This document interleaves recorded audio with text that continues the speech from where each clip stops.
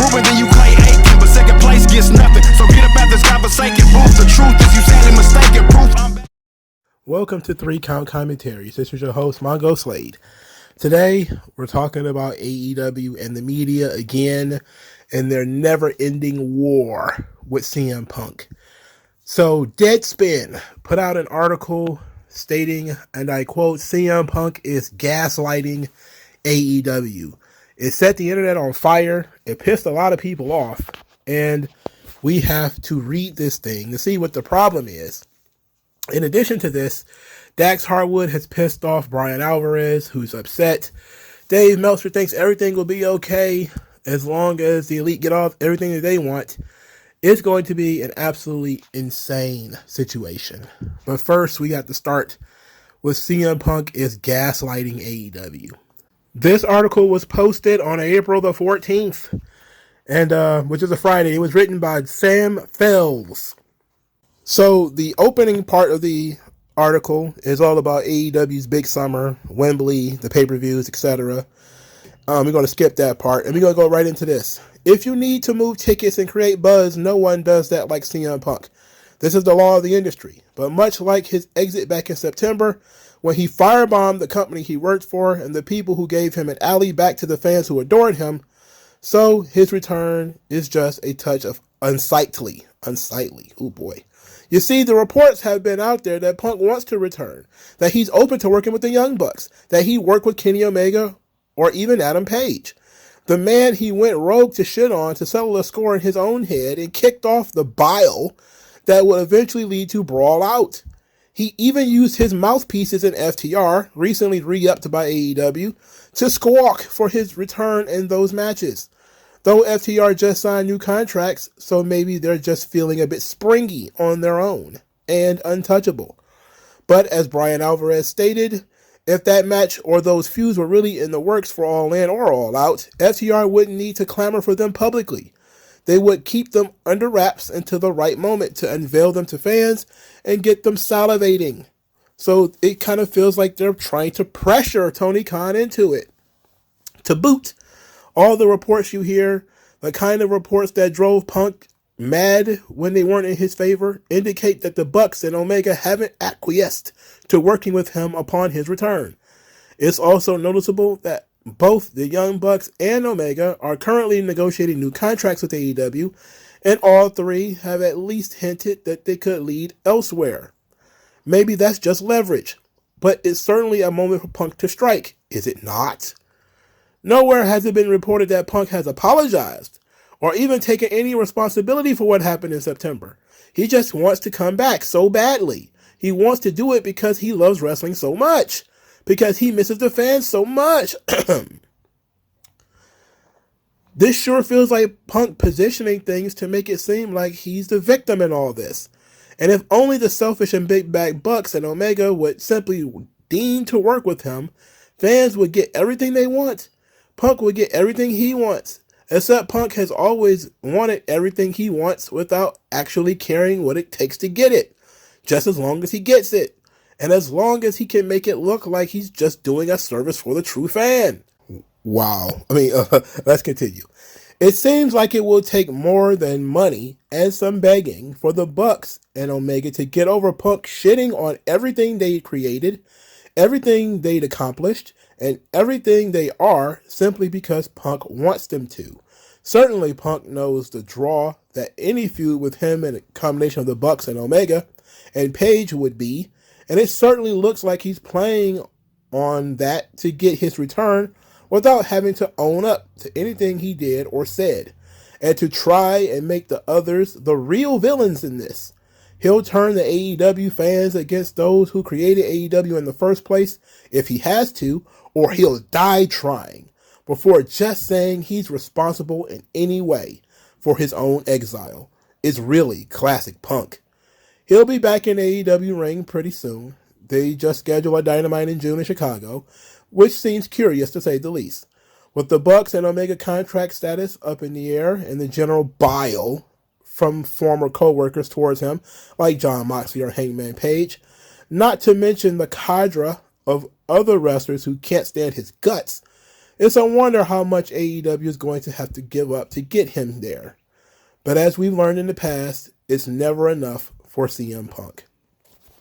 Tremendous. Tremendous piece. This is all just CM Punk and his PR team, which includes Dax of FTR. And it's Dax doing most of the talking, if we're being honest, and that is a problem for me. But Brandon Cutler, who is a buddy of the Young Bucks, retweeted this article and said that somebody gets it.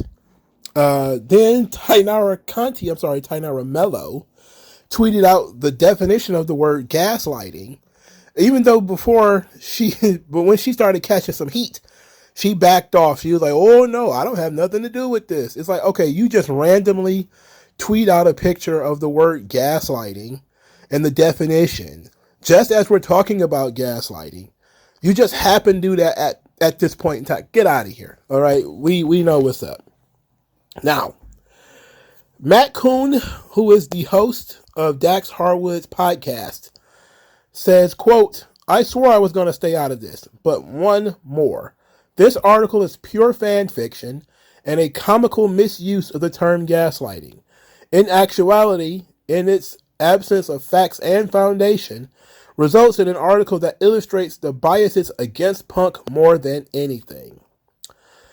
Wow. He also responded to a Dave Meltzer comment we're going to talk about a little bit later, where he was talking about how Meltzer and Alvarez are discussing this in bad faith. But an interesting response to this article came from David Bixenspan, who says, I don't get why it's so hard for some to see why the Bucks wouldn't view what happened as getting into a fight that they could smooth over afterwards. They didn't get into a fight. They were assaulted by someone who created a baseless conspiracy to blame them for his ills. Think about that for a moment.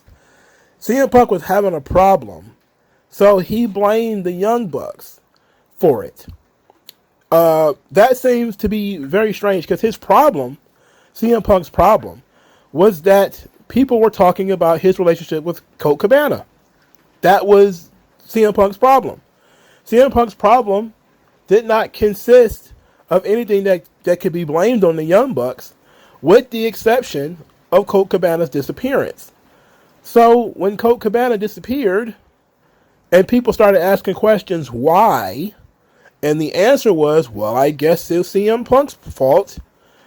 You know, can we say with 100% accuracy that yes, the Young Bucks did spread rumors about CM Punk? No, we cannot. We can't say that 100%. Do we know that the Young Bucks are friendly with Dave Meltzer and Brian Alvarez? Yes, we do. You know, do we know that guys like Jericho are friendly with Brian Alvarez and Dave Meltzer? Yes, we do. So if they're pushing something, namely the Colt Cabana story, and it implicates CM Punk in that story, and none of them are trying to downplay it or say that it's not true, is there a reason to think that it didn't come from the Young Bucks camp? Now, even if it doesn't come from the Bucks directly, it came from somebody in their satellite. Because, well, they're all friends with Colt Cabana. So, to just say it's a conspiracy theory, well, there's some element of conspiracy to it. You have to believe that people are working together against you in order for it to be a conspiracy theory. And in that regard, I guess it is a conspiracy theory. But that doesn't mean that they're not working together against you. Anytime something positive comes out about CM Punk, something negative comes out. That kind of keeps him in the doghouse. So this article got a lot of people's attention. But it was just one of the many, many stories that came out about CM Punk around this time, which there have been so many that it's entirely too many to keep up with. But Alvarez and Meltzer have been talking about CM Punk extensively on their podcast, and Alvarez even had a meltdown about FTR, specifically about Dax Harwood. And this has been a very interesting back and forth. Let's get into that a little bit.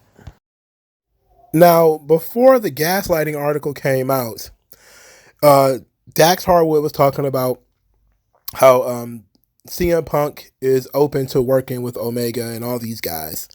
And so Meltzer and Alvarez decided to have a response to this, in which they basically tipped their hand a little bit. So I cut out some of the cringe, so here is some of what they said.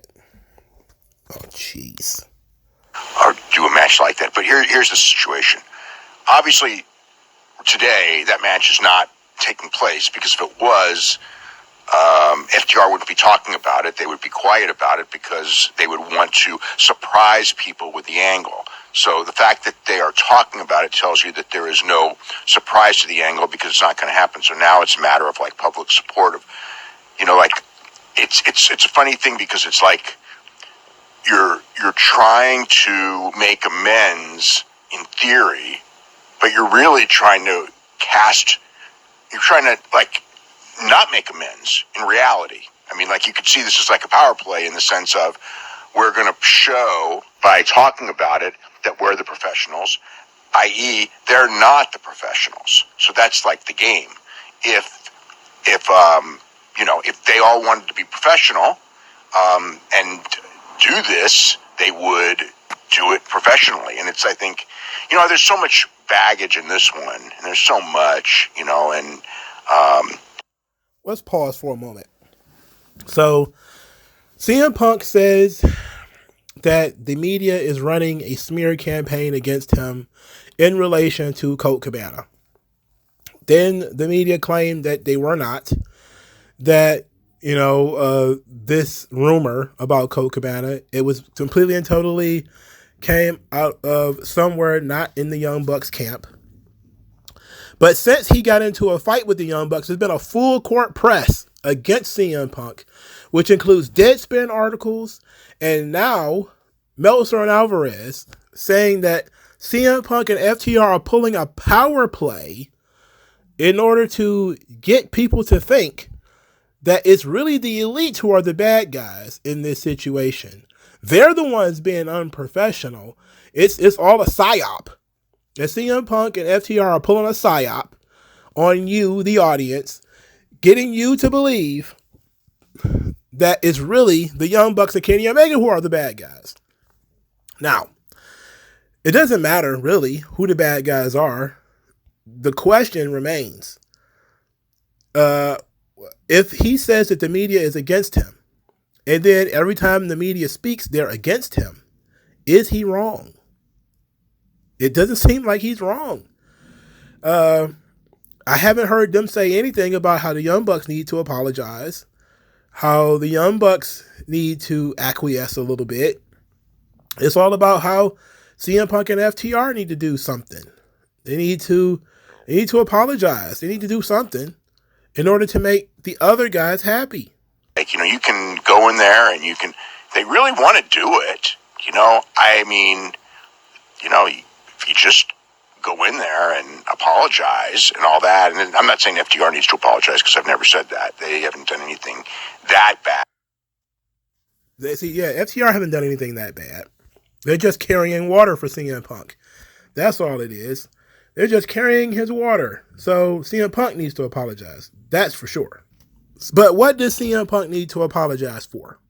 Was it beating the shit out of the Young Bucks? Well, if the situation occurred the way that everybody heard that it occurred, that he went back to his locker room, and then the Young Bucks came to his locker room, and that's where the fight started, then he doesn't have to apologize for that, because he was in his locker room.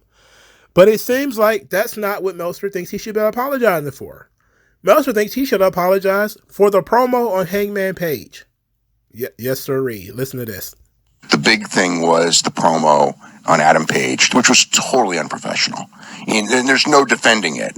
But because he was never punished, which is one of the problems with this, is because he was never punished for it, it created a lot of heat that got worse and worse and worse. If he had been told, if he had done that promo and Tony would have said, dude, you're going against the script, you're going to sit out for a couple weeks. Wait a minute. Wait 1 second. So, as we know the story, CM Punk's promo on Hangman Page was a receipt to what Hangman Page has said about Punk several weeks prior. You know, the old workers' rights thing, which was in relation to Colt Cabana. That's what we were told. That's what we believed. That's what seemed to have pissed CM Punk off. It's what CM Punk talked about in Brawl Out. And then CM Punk retaliated by calling out Hangman Page, made Hangman Page look weak. And now these guys are saying, well, he should have apologized for the comments that he made against Hangman Page. Well, how about Hangman Page apologize for what he said about CM Punk? Because apparently if it wasn't true, then Hangman Page is spreading rumors. Isn't that something you should apologize for? If you spread an untrue rumor about somebody, wouldn't you feel bad about that? I know I would. Wouldn't you feel bad about that? If you spread an untrue rumor about somebody that got people to believe that you had did something terrible that you really didn't do, I would feel bad about that. I think that at that point, either, he would have powdered and quit and gone home, or he would have not powdered and quit and gone home, and maybe this thing would have been alleviated. I don't know which would have happened. But it didn't happen that way, so it got worse and worse and worse. And so now we're at this situation where, it's like, obviously he's probably going to be back. And, if they want to work and he's going to be back, there's ways to do it, But going in there and trying to make the other people look unprofessional is probably the worst way to do it, unless you're trying to just kind of like pressure them out of the company. If that's the idea, then again, we'll have to wait and see how it all turns out. It's a really, but I like pressure them out of the company. That's what he said. That CM Punk and FTR are trying to pressure Omega and the Bucks out of the company. What a crazy leap in logic. It's one thing for CM Punk trying to get back into the company. It's another thing to say that not only is he trying to get back into the company, he's trying to get those dudes out. Where the hell did that come from? That's a crazy leap in logic. You cannot tell me that you sitting here listening to this and you didn't come to that crazy observation. Nowhere has anybody said that CM Punk wants the Bucks and Omega out of the company. That's not. I don't think anybody said that. That's nutty. But this is the dirt sheets.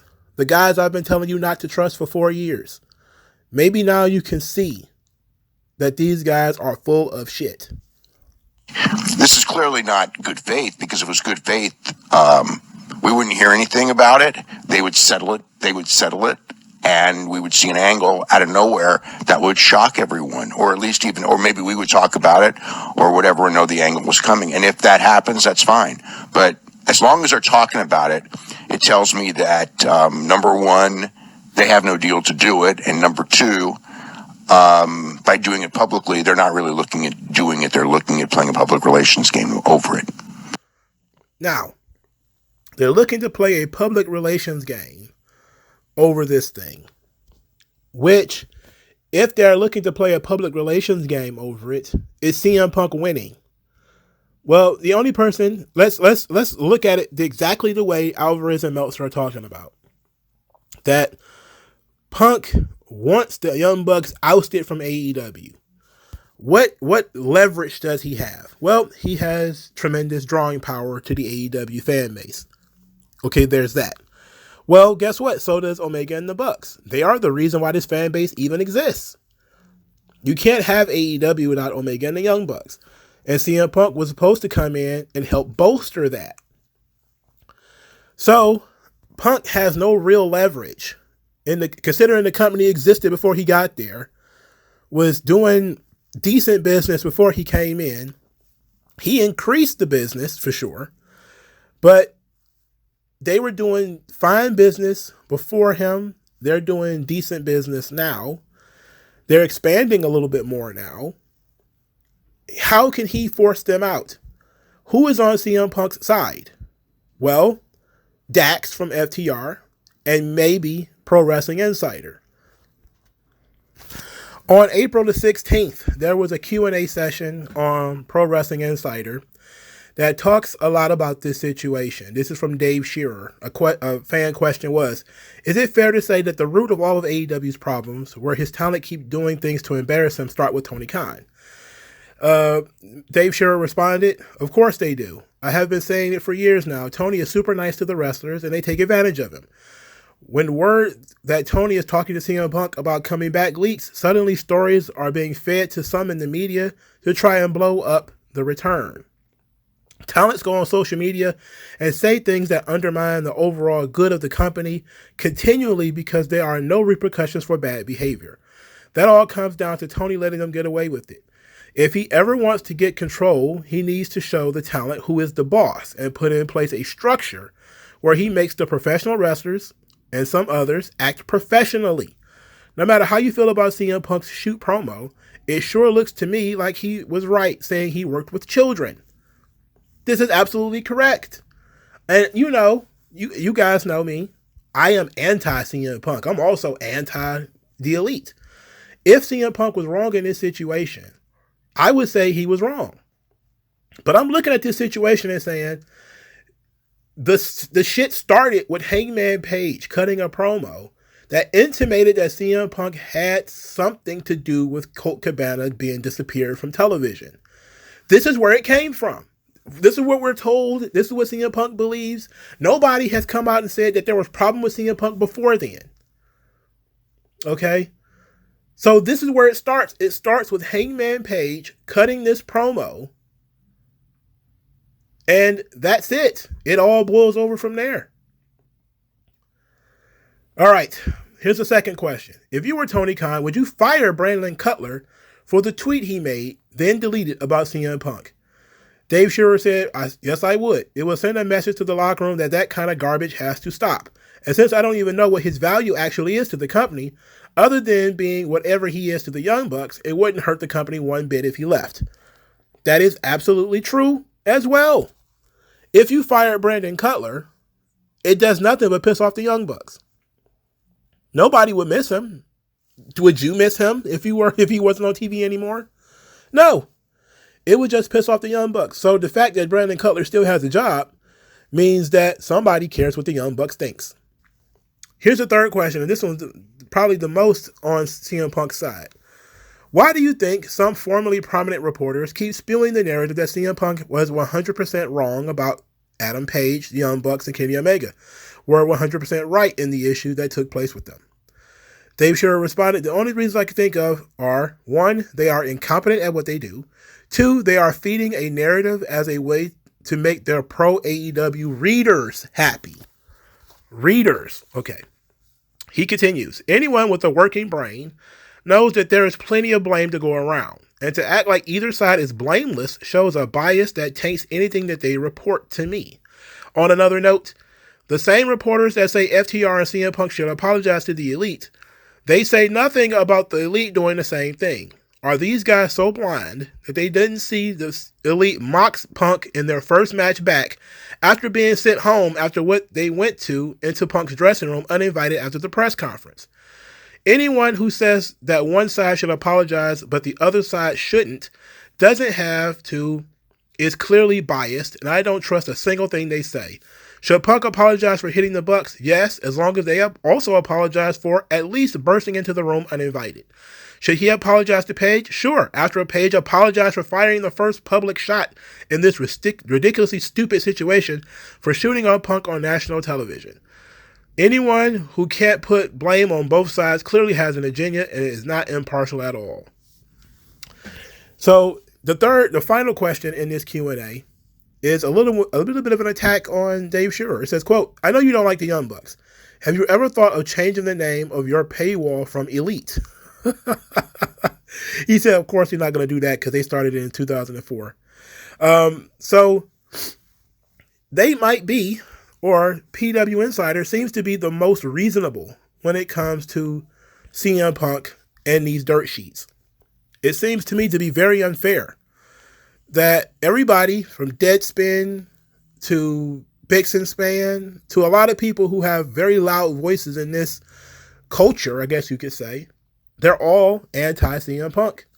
And that's very suspicious because they're all very pro-CM Punk at the beginning. So what made them change? You know, we already know what made them change. The fact that Punk swept in and ruffled the feathers of their boys. Now, when it comes to Meltzer and Alvarez being negative towards FTR and CM Punk, we've talked about this before. I'm pretty sure there is a clip I'm about to play. I'm probably sure I played before, which is Dax Harwood on his podcast being very upset about the wrestling media and where they get their information from. And this is a nice little springboard, even though it's like 3 weeks old, that because it's from the 22nd of March. But Alvarez gets around to it in mid-April, where he starts talking about Dax Harwood. But this is what Dax Harwood had to say. I'm pretty sure I played this before, but I want to make sure everybody's on the same page. Otherwise, I just point you to the video, but let's just play it here. Yesterday and the revolution reaction that we got all puts things in perspective. But I want the fans to understand this, right? These journalists, Dave Meltzer, Brian Alvarez, even guys like Sean Sapp, who I do have a little bit of respect for, right? But you know, all these journalists who are telling you a story, right? They're telling you a story from their living room or from their studio or wherever it is they record their fucking gimmicks from. They're not in the locker room. The people that are telling them, Right. they're the ones who are spinning the story. These people don't see it firsthand. They don't know if I've complained. They don't know what happened with CM Punk and the Elite. They don't really know, right? They know what they've been told for everything. And I'm not just saying those two instances. I'm saying for everything. Sure. They only know what they've been told, and the people that tell them are the exact same people that tell them everything all the time, and they tell them that with their own agenda in mind, right? So that's the beginning of it, right? So Alvarez responded later on, but claiming that the Young Bucks don't tell him anything. They didn't get this from the Young Bucks, all that stuff. And then things kind of died down a little bit. At the point of Alvarez on a podcast talked about Dax Harwood and the FTR, their contract or whatever. How they were using the contract in the storyline, even though FTR wasn't even on TV at the time. Dax blew up again on him on his podcast. It was a sort of 2-minute rant about Alvarez and how he was basically trying to feed his daughter. You know the old FTR ball thing. He was broke, now he's trying to feed his daughter. He's just trying to figure out what he's going to do in this wrestling thing, and that he's not doing this for a storyline or whatever, even though by this point in time they had already been re-signed. So then Brian Alvarez went on his podcast. His podcast was him and some other guy. And he decided to go apeshit on Dax Harwood. Now, this is actually very entertaining. But at the same time, these two have started really turning into quite the rivalry. I think he's trying to create in the minds of fans this idea that I don't like them. And I don't know why, because I've never been anything but complimentary. But the funny thing is, the more he goes on with this, he doesn't like me and he's got a problem with me. And this is like, I'm having a problem with this now, which I never had before. What do I have to do with anything? What do I have to do with any of this? You know, I'm also upset that I have to hear, oh, you know, it's Brian and Dave's fault that this happened or this No, you know what? It's not my fault. Anything that's happened that's caused an issue isn't my fault. If you did an Instagram post and then I reported on it and then there was heat or you got mad or somebody, that's not my fault. I didn't write the Instagram post. I didn't punch anybody in the locker room. I didn't get in a fight. I didn't do any of that. If you're upset that something happened that I reported or Dave reported, you know what the problem is? The problem is the fact that it happened. That's the problem. So I'm about done with it. And I'm about done with hearing that it's my fault. I don't like this guy. I'm picking sides. Dude, I'm just telling people what happened. That's it. I'm not picking sides. I'm not trying to start a fight. For weeks now, I've been having to hear this, and I've been trying to just stay out of it. I'm just not talk about it. And after a while, it was like, you know what? I'm not talking about a lot that I should be talking about. And I'm going to tell everybody what's going on that I know. And I don't want to hear about, oh, Brian this, Brian that, blah, blah, blah. Okay? Irritated. Then I have to hear. So now I'm going to be fair. Alvarez is right. If you're mad that he reported on something, then what are you mad about? Because he's just reporting what he was told or reporting what he saw, right? But they are very, very convenient in the things that they choose to report and the things that they choose to focus on. Again, we've been playing, to this point in the video, we played a lot of audio from Meltzer and Alvarez. Not once did any of them say that Hangman Page should apologize, that the Elite should apologize, that Kenny Omega should apologize. I talked about PW Insider, who says, hey, if you were being fair, everybody should apologize to everybody. Because even when they came back in the very first match when they returned, the Kenny Omega bit some guy on the arm. The Young Bucks did a lot of stuff that was in reference to the fight. And it was a never-ending gag to them. Why is it then that Alvarez, who claims that he's not biased, keeps ending up on the same side of this situation? How is that the case? It's pretty obvious. And he says, like, look, I'm starting to have a problem with this now. It's like, yeah, but let's be honest about it. You have a problem with people noticing your biases. Even if it's a bias you don't even think that you have. Okay? It's pretty obvious to pretty much everyone here that he is biased. And they have been for a long time. They choose when and what to report. They don't have the information that they claim that they do have. And they're very, very selective in the information that they put out there.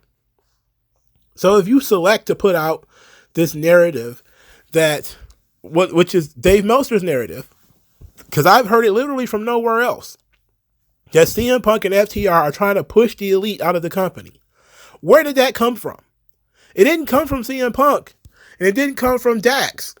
It came from Dave Meltzer, who said that's clearly what they're trying to do. Like, who said that? Nobody else in this situation. Dax Harwood, on his podcast, talked about how if you want to fill up Wembley and you want to do something for All In and All Out, you have to do CM Punk and FTR versus the Young Bucks and Kenny Omega. He's talking about how we can make money with this thing.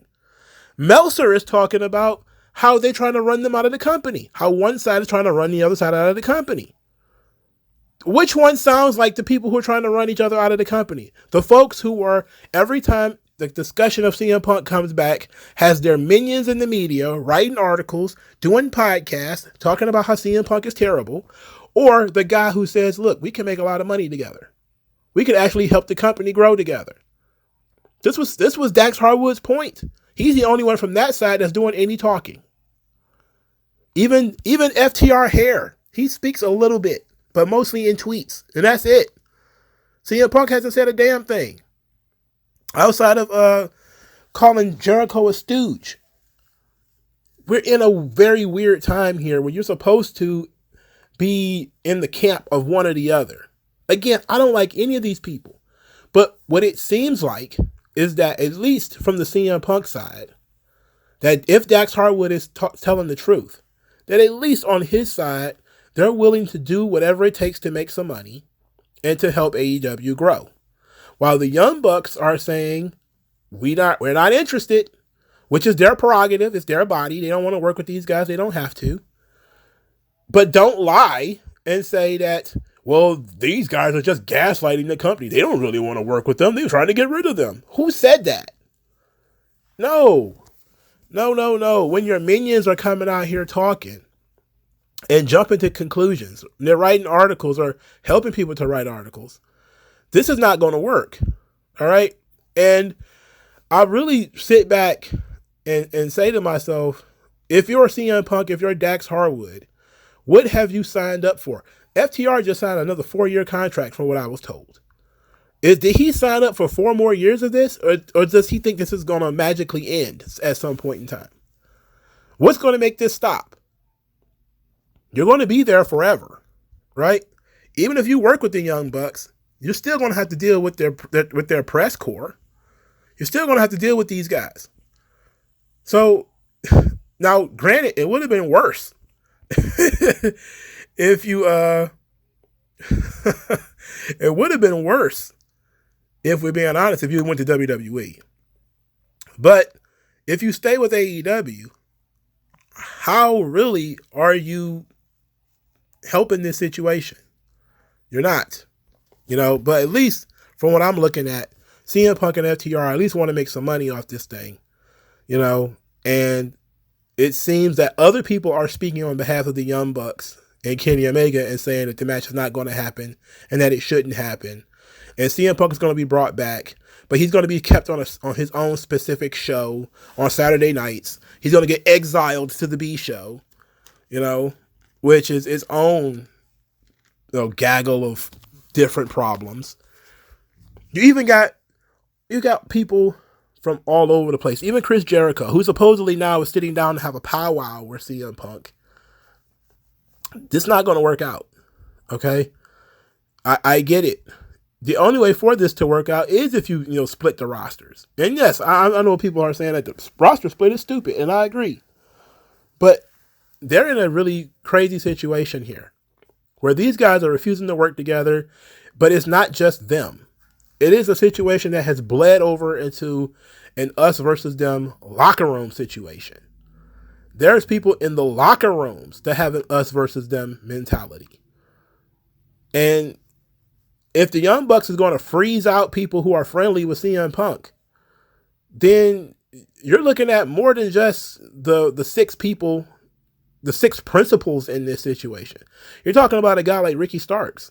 You're talking about a guy like maybe Andrade. You're talking about a guy like maybe Miro, who might be stuck in the middle of this thing. You're talking about quite a few guys who might be stuck in the middle. You're talking about a guy like Jungle Boy and a guy like Luchasaurus who might be stuck in the middle. We're talking about a bigger issue. So that's why I kind of support the idea of a brand split in AEW, as the only way to really help this situation. But I also agree that this cannot stand. A house divided against itself cannot stand. It's literally an old cliche that has never been proven anything but true. You have to work together. And the only people who are sound like they're anyway interested in working together is the CM Punk camp. And it is what it is on that. But what do you guys think? Let me know. I'll talk to you guys later. MagMongoSlade. Best house I ever drew, Daddy.